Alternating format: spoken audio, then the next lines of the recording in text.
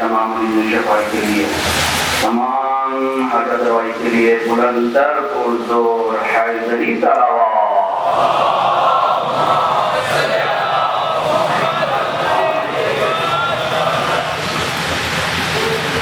أعوذ بالله من الشيطان الرجيم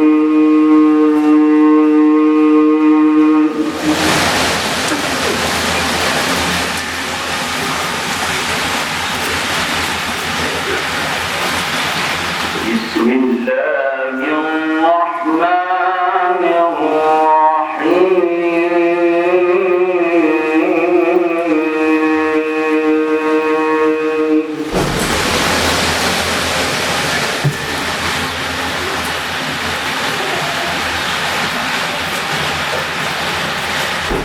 لا أقسم بهذا البلد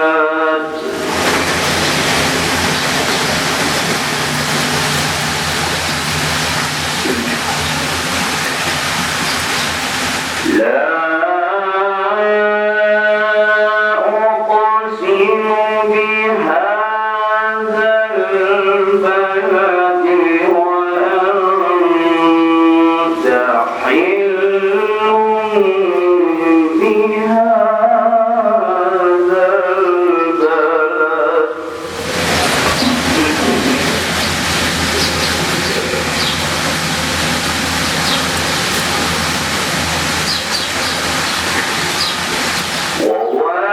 ووالد وما ولد لقد خلقنا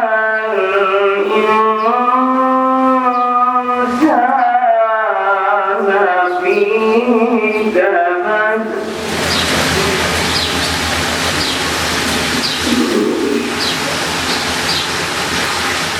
أيحسب أن لن يقدر عليه أحد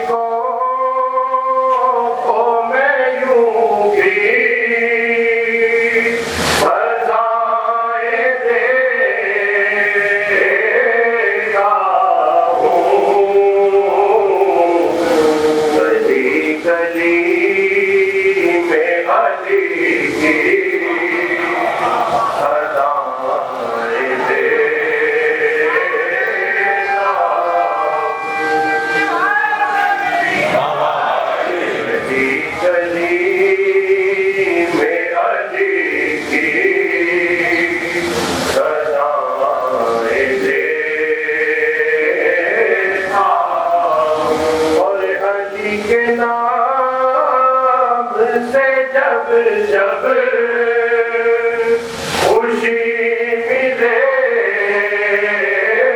مجھ کو میں اپنی ماں کو ہزاروں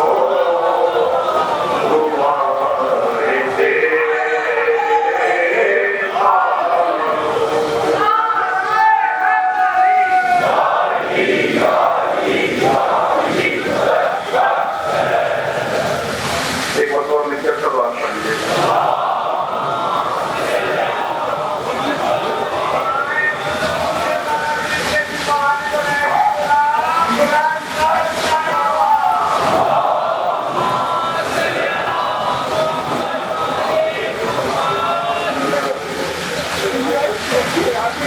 کیا بتاؤں دوست تو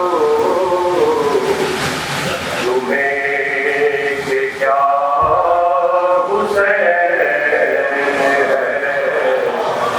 میں کیا بتاؤں دوست تو تمہیں کہ کیا حسین ہے بشر تو کیا ہے انبیاء بشر تو کیا ہے انبیاء کا آسرا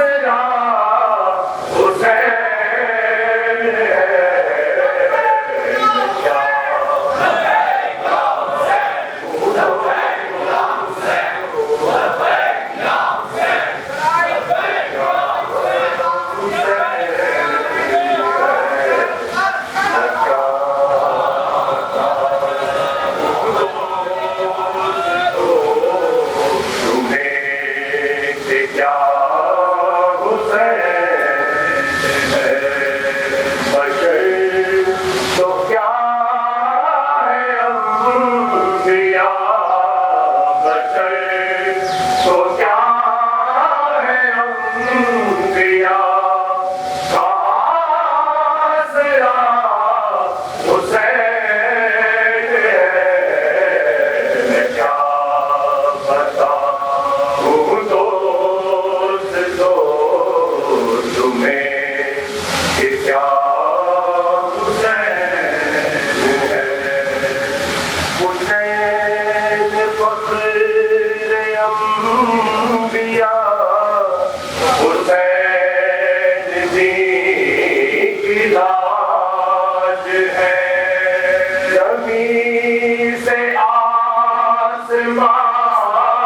تک حسین کا راج ہے یزید کب مٹ چکا یزید کب مٹ چکا حسین تھا حسین ہے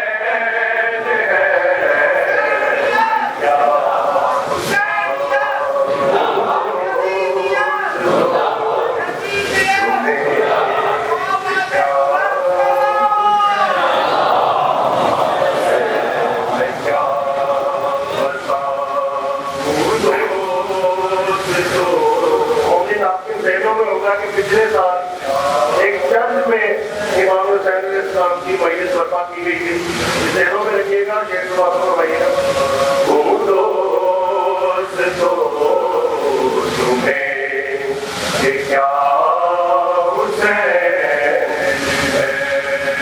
بنا کی نوک سے خدا نے اپنا ذکر جب سنا تو اس نے تیرے ذکر کو بلند مرتبہ دیا جہاں اذان بھی نہیں جہاں اذان بھی نہیں وہاں بھی حسین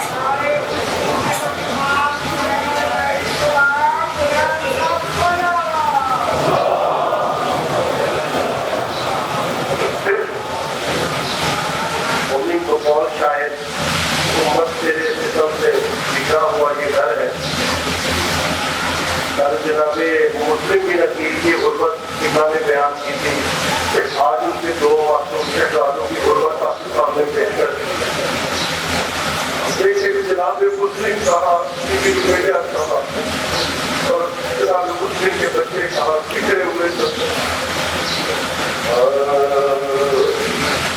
وہ کون جو یوسف ہے جو آوارہ بسر ہے وہ کون جو یوسف ہے جو آوارہ بسر ہے وہ کون جو عیسیٰ ہے کہ بیمار میں ہے وہ کون جو گلرو ہے کہ داغوں سے چمر ہے وہ کون جو سید ہے کہ بے گورو کفر ہے وہ کون جو سید ہے کہ بے گورو کفر ہے وہ کون جو بے کس ہے کہ جو فخر جہاں ہے وہ کون جو لاشیں ہے جو دریا میں رواں ہے وہ کون جو لاشیں ہے جو دریا میں رواں ہے وہ کون جو مرسل ہے کوئی ہم کو بتائے آج کے زمانے جنہیں بے جرم لگائے وہ کون مسافر ہے کہ پھر گھر میں نہ آئے وہ کون ہے صابر کے خوبان میں نہ لائے وہ کون جو مہمان ہے مصیبت کے سفر میں زندگی سے آفت ہوئی جلات کے گھر میں وہ کون ید اللہ کے نواسے ہے تو ہار تو ملے شب کو جو حجرے میں وہ محروم ساس کو انہیں ڈال دیا باغ کے پاس اور دریا کی طرح صبح چلا کہتا گیسو نالین صدق زینا بہن لے شکینے مہمانوں کو یوں گھر سے نکالا ہے کسی نے چھوٹے کو بڑا بھائی ہے بڑھ بڑھ کے بچاتا ہر بار ہے وہ سب کی طرح بیچ میں آتا رو پڑتا ہے کچھ کہنے کا موقع نہیں پاتا بے ساختہ وہ ہر زبان پر ہے یہ راتا سن حال غریبوں کا خدا کے لیے درد دے اب ہم تیرے گھر میں کبھی آئے تو قسم دے کچھ گھر میں تیرے چین بھی پایا نہیں خود آئے نہیں کہ تیری سو جانے سمجھنا تھوڑا ہے فقط پانی سے پاکا کئی دن کا تھوڑا ہے فقط پانی سے پاکا کئی دن کا مجھے بے ادا کی ہے یہاں ساتھ مولا اللہ شکستانہ یتیموں کا یہ دل تقسیم کوئی ہم سے ہوئی ہو تو پہل گئے سنتا نہیں مظلوموں کی وہ بات کر گئے لیتے ہیں صدا سو جائے حارث کو وہ مرسل یہ جانتے تو ہم نہ کبھی آتے تیرے گئے مہمانوں کو تو اپنے بچاتی نہیں ماتے چھڑوانے کے پکڑے ہوئے ظلموں سے عدو ہے اپنا نہیں بابا نہیں جو کچھ ہے تو تو ہے اپنا نہیں بابا نہیں جو کچھ ہے تو تو ہے والوں کو بکیرے ہوئے وہ مومنہ ایسا مظلوموں کو ظالم سے چھڑاتی ہے وہ پوشا کہ پاؤں پہ سر رکھتی ہے کہ جوڑتی ہے ہاں کہتی ہے خدا کے لیے کیا کرتا ہے بسا بس کر کے زمین اب تو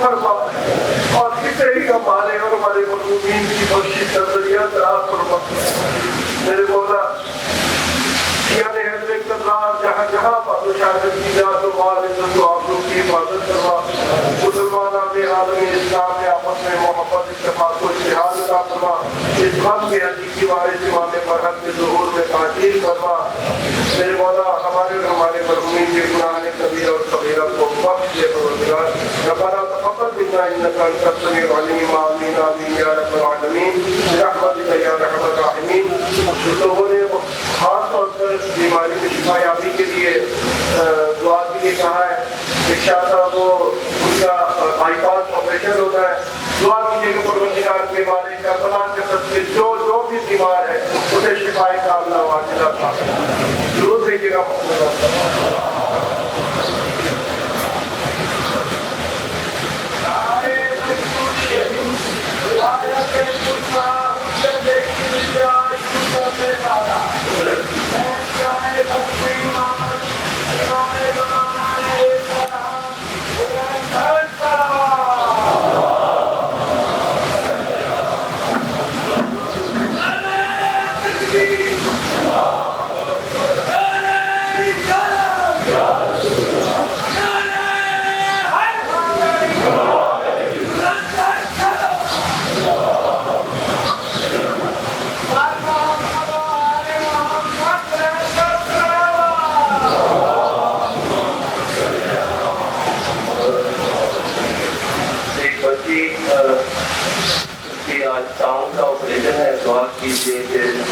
شہزادی بیوی سکینہ کے سر سے شفائے کاملہ نصیب حضرات مولا حسین اور نماز میں کیا رشتہ ہے چار مصرے سماعت فرمائے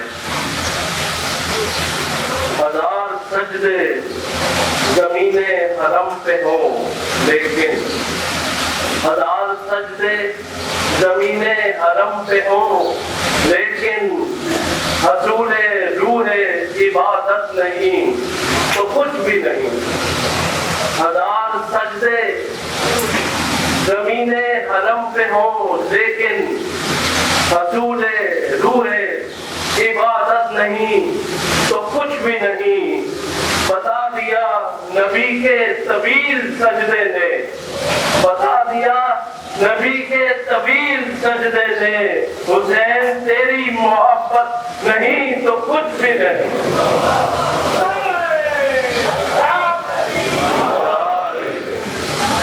حسین تیری محبت نہیں تو کچھ بھی نہیں مولا حسین کی رات پر بلندر صلوات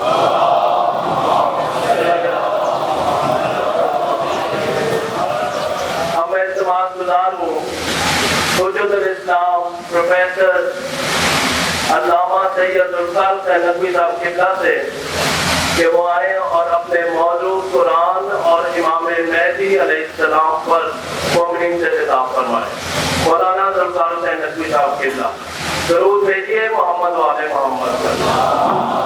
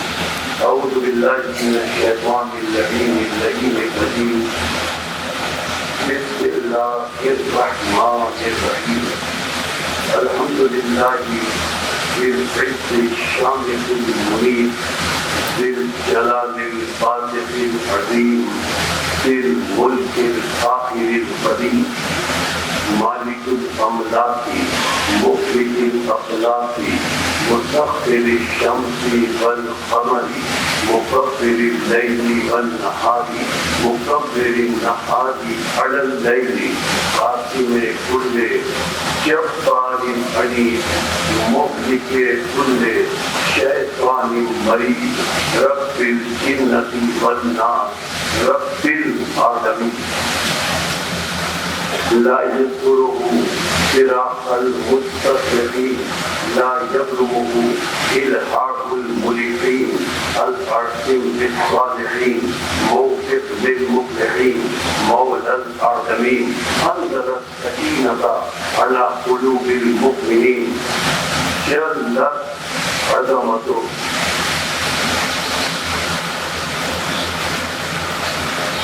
الصلاة والسلام على النبي الأمي العربي الهاشمي القرشي المكي المدني الأقطعي المطلبي أبي القاسم محمد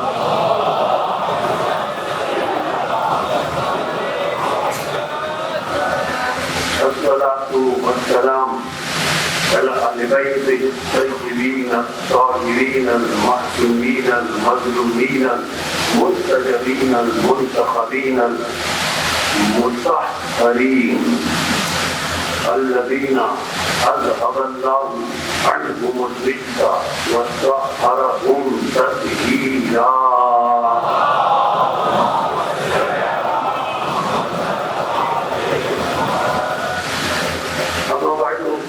وقد قال الحكيم في محكم كلامه المتين وخطابه المبين هو أصدق الصادقين وقوله الحق لأن هو مخرج الحق بالحق.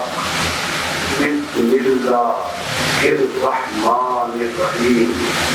ونريد أن نمن على الذين نستضعف في الأرض ونجعلهم أئمة ونجعلهم الوارثين ونمكن لهم في الأرض ونري فرعون وهامان وجنودهما منهم ما كانوا يحذرون. صلوات.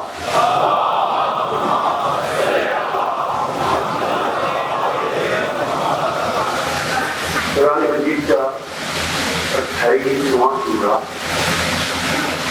سورہ مبارک ہے. 5ویں اور 6ویں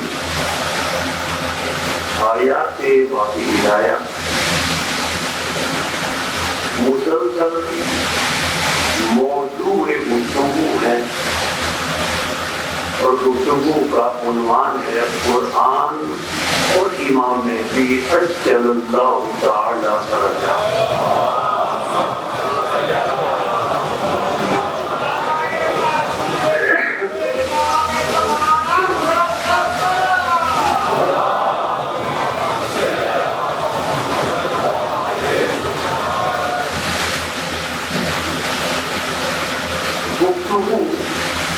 اس بندے پر کی 13واں سورہ قرآن مجید کا سورہ مبارک ہے رات اور اس کی آخری آیت. اللہ فرماتا ہے وَيَقُولُ الَّذِينَ كَفَرُوا لَسْتَ مُرْسَلًا. اے رسول، یہ مکے کے کافر اور مشرک کہتے ہیں کہ تو رسول نہیں ہے. اے رسول، ان مکے کے مشرک اور کافروں کے تجھے رسول ماننے یا نہ ماننے سے تیری رسالت پر کوئی اثر نہیں پڑتا. اس لیے اے رسول تیری رسالت کا ایک گواہ اللہ ہے، دوسرا گواہ علی ہے۔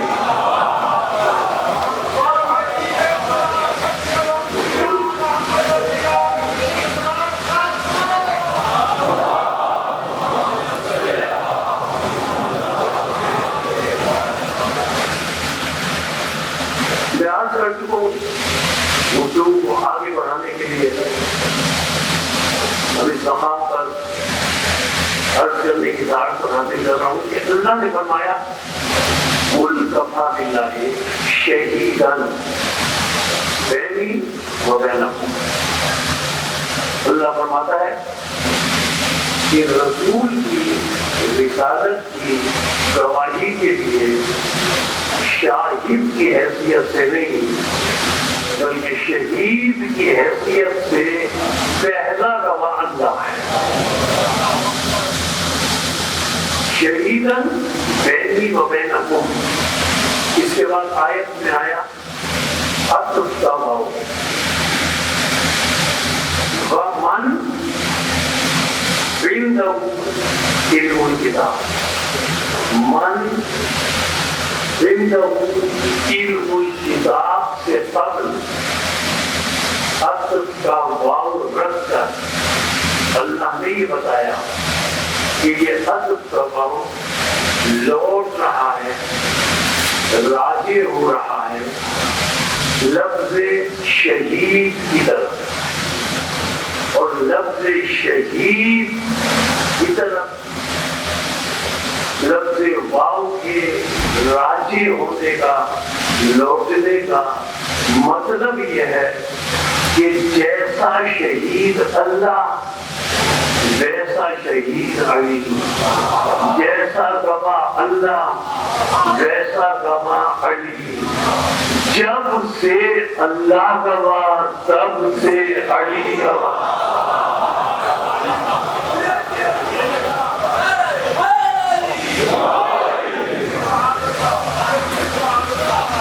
رسول کی رسالت کے اللہ نے قرآن کی آیت میں یہ اصول دیا کہ دیکھو رسول کی رسالت کے دو گواہ، ایک اللہ ہے اور دوسرا معصوم علی۔ منصب اگر معصوم ہو، اللہ نے اس آیت میں یہ بتایا کہ اگر میری طرف سے عطا کردہ منصب اگر معصوم ہو تو اس کا پہلا گواہ اللہ ہوگا جو خالق عصمت ہے۔ منصب معصوم ہو تو دوسرا گواہ بھی اس منصب کا معصوم ہوگا۔ اس لیے جتنے بھی معصوم منصب ہیں ان کا پہلا گواہ اللہ ہوگا، دوسرا گواہ کوئی نہ کوئی معصوم ہوگا، یعنی دوسرے گواہ کو بھی معصوم ہونا ضروری ہے۔ اب آپ اس طرح اس بات کو سماعت فرمائیں کہ رسول کی رسالت کے دو گواہ، ایک اللہ ایک معصوم علی۔ علی کی امامت کے دو گواہ، ایک اللہ ایک معصوم حسن۔ حسن کی امامت کے دو گواہ، ایک اللہ ایک معصوم حسین۔ حسین کی امامت کے دو گواہ، ایک اللہ ایک چوتھا امام۔ چوتھے امام کے دو گواہ، ایک اللہ ایک پانچواں امام۔ پانچویں امام کے دو گواہ، ایک اللہ ایک چھٹا امام۔ چھٹے امام کے دو گواہ، ایک اللہ ایک ساتواں امام، ساتویں امام کے دو گواہ، ایک اللہ ایک آٹھویں امام، آٹھویں امام کے دو گواہ، ایک اللہ ایک نویں امام، سب معصوم ہیں۔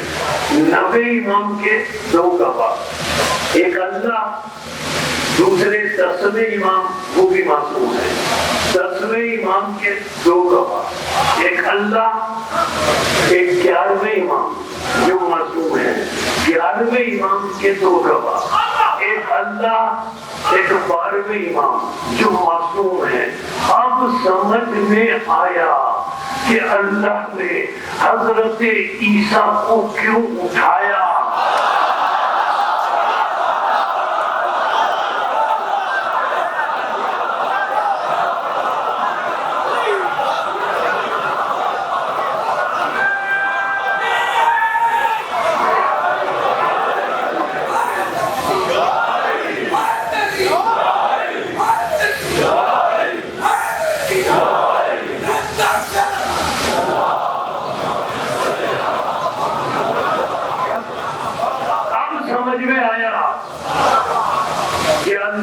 حکمت یہ ہے کہ 11ویں امام کے دو گواہ، ایک اللہ ایک 12واں معصوم، ایک 12واں معصوم۔ اللہ نے اس لیے حضرت عیسیٰ کو اٹھا لیا کہ اگر حضرت عیسیٰ کو نہ اٹھاتا اور پھر معصوم عیسیٰ کو دوسرا گواہ 12ویں امام کا نہ بناتا تو نصاب شہادت مکمل نہ ہوتا۔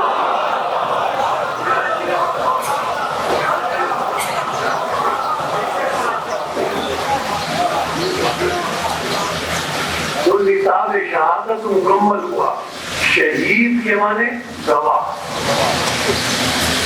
ایسا گواہ کہ اس وقت کا گواہ ہو اسے وقت نہ ہو،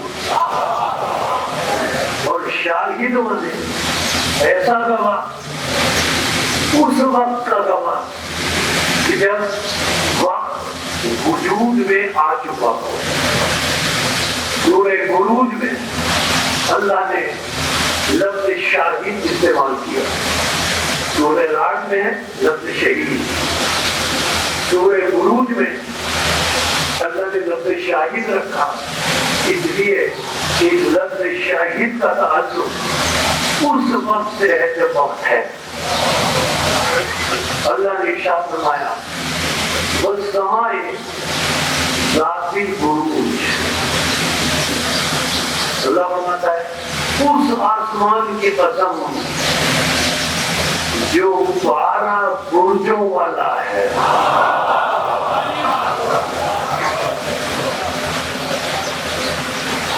معنی الافکار میں اور تفسیر میں صافی میں، تفسیر صافی میں اور معنی الافکار میں لفظ معصوم کے تحت اس کا ترجمہ کر رہا ہوں کہ اللہ نے فرمایا والسماء ذات البروج، اس آسمان کی قسم جس میں 12 بروج ہیں۔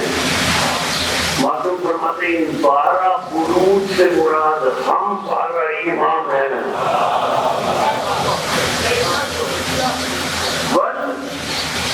یوم الموعود، معصوم فرماتے ہیں یہ یوم جسے موعود کہا گیا کہ جس یوم کا وعدہ کیا گیا ہے، اس یوم سے مراد یوم خبیر ہے۔ اب آیت آگے بڑھی، اللہ فرماتا ہے یوم موعود کا مجھے واسطہ، مجھے قسم، سما کی قسم ذاتی بروج ہے، یوم موعود کی قسم یعنی غدیر کے دن کی قسم۔ اور پھر اللہ فرما رہا ہے وہ شاہد و مشہود، اللہ فرما رہا ہے غدیر کے دن ایک شاہد کی، ایک گواہی دینے والے کی قسم، وہ مشہود اور اس کی قسم جس کی مولائیت کی گواہی دی گئی. اللہ قسم کھا رہا ہے رسول کو آیت میں شاہد کی حیثیت دی گئی اور علی جن کی مولائیت کا اعلان ہے انہیں آیت میں مشہور کہا گیا. جب رسول نے اعلان کیا من کنت مولا وہذا علی کی مولا تو کیا کیا تھا؟ سب کے پالان اونٹوں کے پالان سب کے لے لیے تھے رسول نے اور ان پالانوں کو اوپر نیچے رکھ کر ممبر بنایا تھا. آدم سے قیامت تک کا انوکھا ممبر غدیر کا ہے. اب پتہ نہیں مجھے علم نہیں کہ رسول کی حکمت اور مصلحت کیا تھی کہ سب سے پالان لے لیے جائیں, سب سے پالان لے لیے جائیں. شاید حکمت یہ ہو کہ اگر پالان نہ لیے جائیں تو یہ کہیں چلے نہ جائیں. یہ حکمت اب اللہ جانے یہ رسول جانے. اور بات سمجھ میں اتنی آتی ہے, ایک اور بات سمجھ میں آتی ہے اور کرتا چلوں کہ پالان رسول نے سب سے لے لیے. کیوں؟ عرب میں کم از کم یہ طریقہ تھا کہ جس کے پاس ناقہ ہو وہ 2 مرتبہ صبح سے شام تک 1 مرتبہ ناقے پر پالان ڈالتا تھا, دوسری مرتبہ اتارتا تھا, پھر شام کو ڈالتا تھا, پھر اتارتا تھا.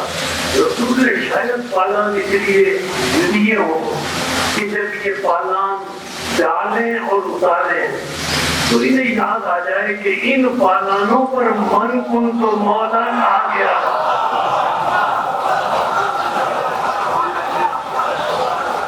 شاید یاد آ جائے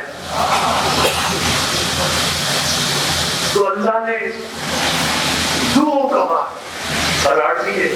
ایک رسول کی رسالت کے ایک گواہ اللہ اور ایک گواہ حضرت علی, اور صفت وہ رکھی جیسا کہ عرض کر چکا ہوں من عنده علم الکتاب, جس کے پاس کل علم کتاب ہے.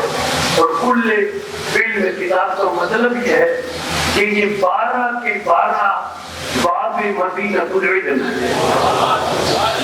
ان کا افضل بھی باب مدینہ العلم ہے, ان کا آخر بھی باب مدینہ العلم ہے, ان کا اوسط بھی باب مدینہ العلم ہے. اور یہ گواہ ہے. سورہ انبیاء قرآن مجید کا 21واں سورہ ہے. اللہ نے ارشاد فرمایا, اللہ ارشاد فرماتا ہے یرثھا عبادی الصالحون لقد كتبنا. اللہ فرماتا ہے ہم نے لکھ دیا. لقد كتبنا ہم نے لکھ دیا توریت کے بعد زبور میں کیا لکھا؟ ان الارض یرثھا عبادی الصالحون. اللہ فرماتا ہے ہم نے لکھ دیا یرث الارض. اب یرث ہے پہلے مضارع. اللہ نے یہ نہیں فرمایا کہ ہم وارث بنا چکے, نہیں. اللہ فرمانا یرث الارض, ہم وارث مستقبل میں بنائیں گے. یرث پہلے مضارع ہے, ہم وارث مستقبل میں بنائیں گے. کسے بنائیں گے؟ عبادیت صالحون, انہیں بنائیں گے جو ہمارے صالح بندے, جو ہمارے مخلص بندے ہیں. یعنی جب قرآن نازل ہوا اس وقت تک اللہ نے جن ہستیوں کے لیے جن کی شان نزول میں یہ آیت آئی ہے انہیں وارث نہیں بنایا تھا, بلکہ اللہ فرما رہا ہے یرثو, ہم مستقبل میں انہیں وارث بنائیں گے. ویسے اگر دیکھا جائے تو حضرت آدم علیہ السلام سے لے کر آج تک جتنے بھی انبیاء کرام خاتم النبیین سے تشریف لائے ہیں ہدایت کرنے کے لیے, اللہ ہدایت کا فرماتا ہے ہم زمین کا وارث بنائیں گے. جتنے بھی انبیاء آئے ان میں سے حضرت داؤد ہیں، حضرت سلیمان ہیں، حضرت یوسف ہیں، خاتم النبیین ہیں، جنہیں کچھ اقتدار ملا. اس کے علاوہ تو چند ہی ہیں جنہیں اقتدار ملا. اسی لیے سلیمان بلخی حنفی نے 7ویں باب میں 100 میں اپنی کتاب میں لکھا کہ کشاف کے حقائق امام جعفر صادق علیہ السلام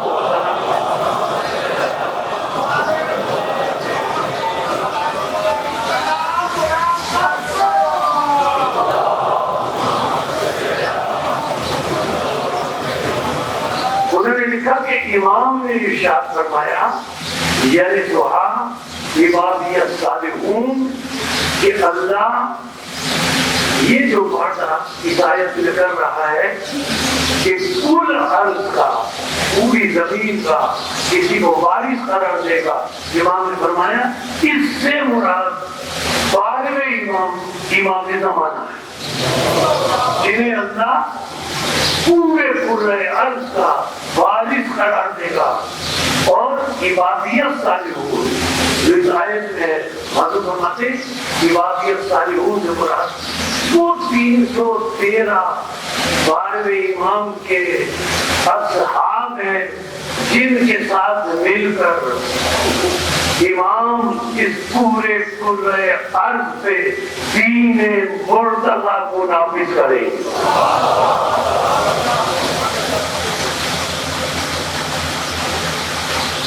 امام جب ضرور فرمائیں گے روایتوں میں کیا ہے 40 سال کی دن ہوگا. امام کا دن ہوگا 40 سال کا.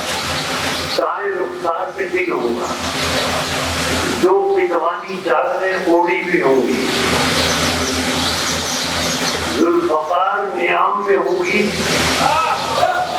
اور ذوالفقار نیام سے آواز دے گی اے امام منتظر اب ظہور کا وقت آ گیا، تلوار نیام سے نکال دو.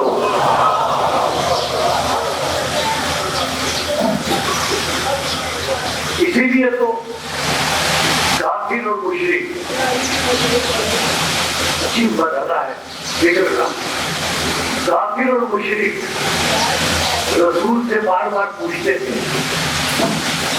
اللہ نے ارشاد فرمایا نا کہ یوم الفتح اسلام پر، یوم الفتح اسلام کے لیے ایسا آئے گا کہ سارے ادیان مغلوب ہو جائیں گے اور دین اسلام سب پر غالب ہوگا.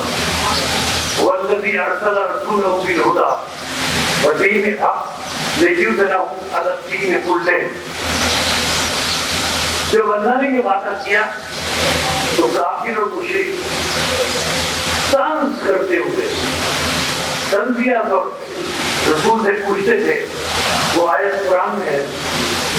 رسول سے پوچھتے تھے متى هذا الفتح، متى هذا الفتح ان کنتم صادقین. یہ جو مکمل فتح تھا اللہ نے اعلان کیا ہے کہ تمہیں مکمل غلبہ پورے ارض پر مل جائے گا. مشرک پوچھا کرتے تھے رسول سے کہ مکمل فتح آپ کو کب حاصل ہوگی. یہ رسول سے پوچھتے تھے. جب کئی مرتبہ رسول سے مشرک اور کافروں نے یہ پوچھا کہ یہ مکمل فتح آپ کو کب حاصل ہوگی تو رسول پر آیت نازل ہوئی.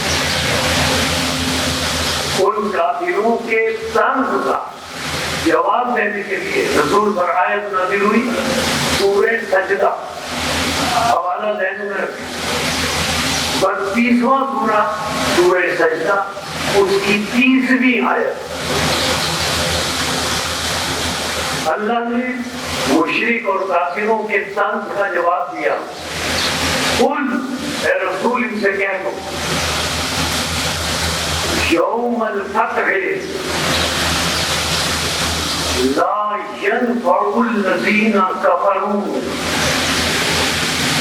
اللہ فرماتا ہے اے رسول ان سے کہہ دو یوم الفتح، فتح کا دن یوم فتح کو ہوگا.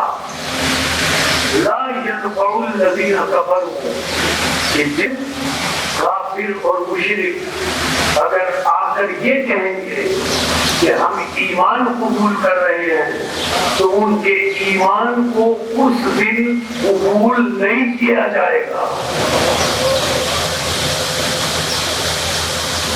یوم الفتح، جس دن لا ينفع الذین کفروا، اگر کافر ایمان بھی لائیں گے تو انہیں ایمان کوئی نفع اور فائدہ نہیں پہنچائے گا، ان کا ایمان قبول نہیں کیا جائے گا. وَلَا هُمْ يُنظَرُونَ، اور اللہ فرماتا ہے نہ ہی اس دن کسی کافر اور مشرک کو کوئی مہلت دی جائے گی. یوم الفتح اللہ نے پہچان بتائی، اس دن ایمان قبول نہیں کیا جائے گا.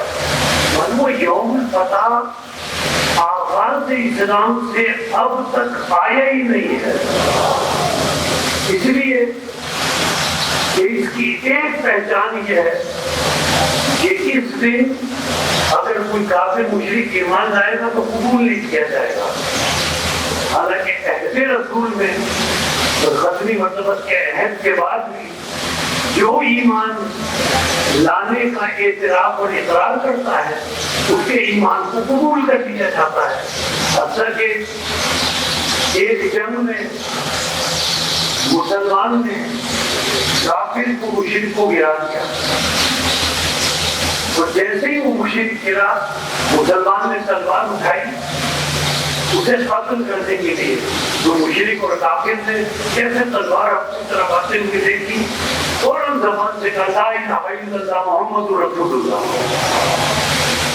جب اس نے کلمہ پڑھا ابھی مسلمان نے سوچا جھجک تو ہوئی تھوڑی سی کہ اسے قتل کروں یا نہ کروں، لیکن اس نے سوچا مسلمان نے کہ اس نے خوف زدہ ہو کر کلمہ پڑھا ہے اور اس کو قتل کر دیا.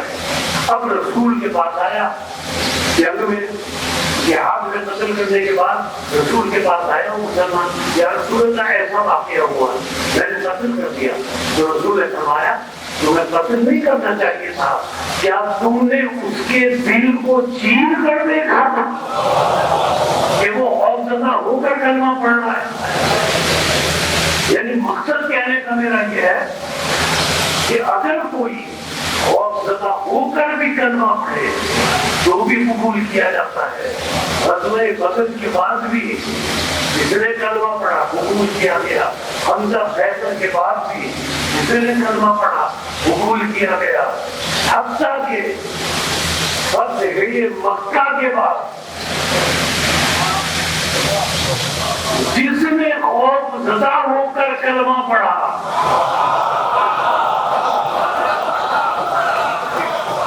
وہ بھی قبول کیا گیا. معلوم ہوا کہ نہ فتح مکہ یوم فتح ہے، اب تک یوم فتح نہیں آئی. اب ہم معصوم سے پوچھیں کہ یہ یوم فتح کون سی ہے تو امام حسین العابدین علیہ السلام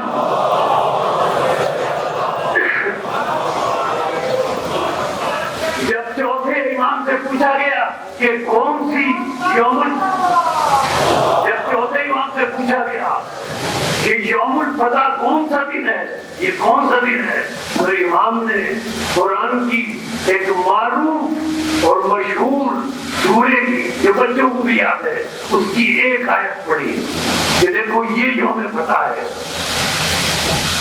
معصوم نے کون سی آیت پڑھی؟ صرف ایک آیت پڑھی، سورہ انا انزلنا کی. معلوم سورہ انا انزلنا کی جواب میں ایک آیت پڑھی یوم الفتح بتانے کے لیے. آیت کون سی پڑھی؟ امام نے فرمایا سلام یہ حصہ مطلب کی غلام الامام امام الکلام. امام نے کون سی آیت پڑھی؟ سلام یہ حصہ مطلب الفجر. سوال کرنے والے نے کہا یہ اپنے رسول اللہ نے سمجھا نہیں. تو امام نے ارشاد فرمایا سلام، اللہ فرماتا ہے سلامتی ہے، شب قدر کی بات ہے، سلامتی ہے پوری رات، یہ حتی مطلع فجر، جب تک فجر نہ ہو جائے۔ اللہ فرماتا ہے شب قدر میں فجر سے پہلے تک سلامتی ہے۔ اللہ فرماتا ہے شب قدر میں فجر سے پہلے تک سلامتی ہے۔ اب میں پوچھتا ہوں فجر سے پہلے تک سلامتی ہے شب قدر میں، تو فجر کے بعد کون سی دوائی آ گئی؟ فجر کے بعد شب قدر میں کون برباد ہو گیا؟ کوئی دوائی نہیں آئی۔ تو سوال کرنے والے نے امام سے پوچھا، میں سمجھا نہیں، تو امام نے ایک جملے کا اس مقام پر اضافہ کیا۔ امام نے فرمایا اس آیت کو یوں پڑھو، آیت ہے سلام حتی مطلع فجر، امام نے فرمایا اس کا مطلب یہ ہے سلام حتی یظہر القائم، امام نے فرمایا سلام حتی یظہر القائم، امام نے فرمایا سب کے لیے سلامتی ہے اس وقت تک جب تک 12واں امام ظہور نہ کرے۔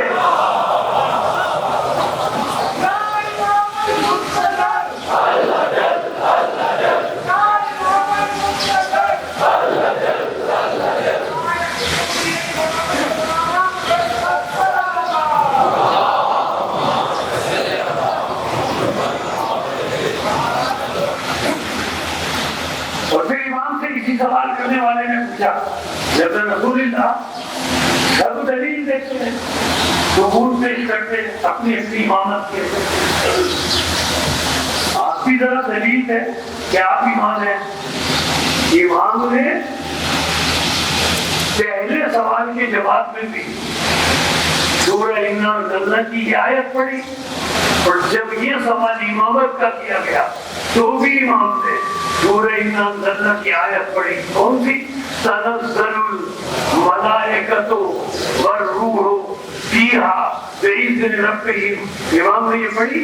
تنزل کو مطلب مضارع کا صیغہ ہے، اللہ نے نزلہ نہیں کہا، اللہ نے یہ نہیں کہا کہ شب قدر میں ملائکہ اور روح القدس نازل ہوئے نہیں، تنزل مضارع ہے، مستقبل قریب کے لیے بھی ہے، مستقبل بعید کے لیے بھی ہے، قیامت تک جب تک قرآن موجود ہے۔ تنزل الملائکہ کا مطلب ہے کہ جب بھی شب قدر آئے گی ملائکہ اور روح القدس کسی مقام پر نازل ہوں گے، صرف رسول کی حیات طیبہ تک نہیں، رسول کی حیات کے بعد بھی۔ تو چوتھے امام نے فرمایا رسول کے بعد کیا کوئی فرد، کیا کوئی گھرانہ یہ دعویٰ کر سکتا ہے؟ رسول کے بعد کیا کوئی فرد، کوئی گھرانہ یہ دعویٰ کر سکتا ہے کہ ملائکہ اور روح القدس ہمارے گھر نازل ہوتے ہیں؟ اور پھر فرماتے ہیں سنو، ہم دعویٰ کر سکتے ہیں کہ ہر شب قدر میں ملائکہ امر لے کر ہمارے گھر نازل ہوتے ہیں، اور جس کے گھر امر لے کر ملائکہ نازل ہو اسی کو اولی الامر کہتے ہیں۔